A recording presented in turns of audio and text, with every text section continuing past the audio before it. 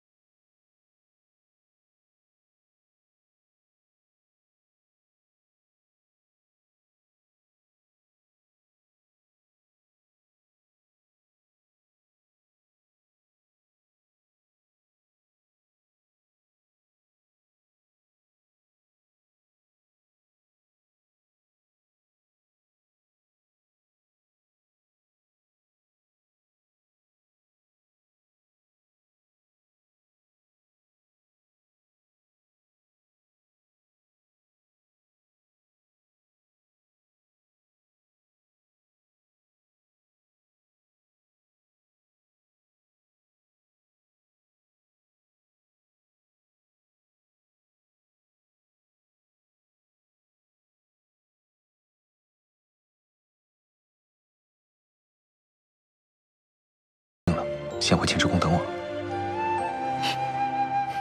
我去给你熬点汤药。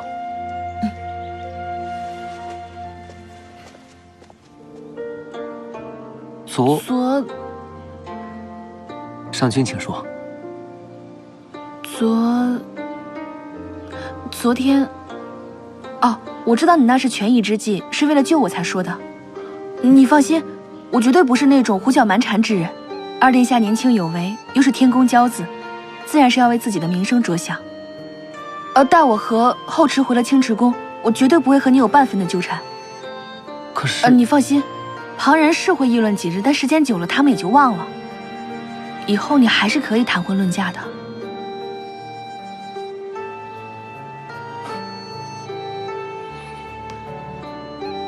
是我庸人自扰了。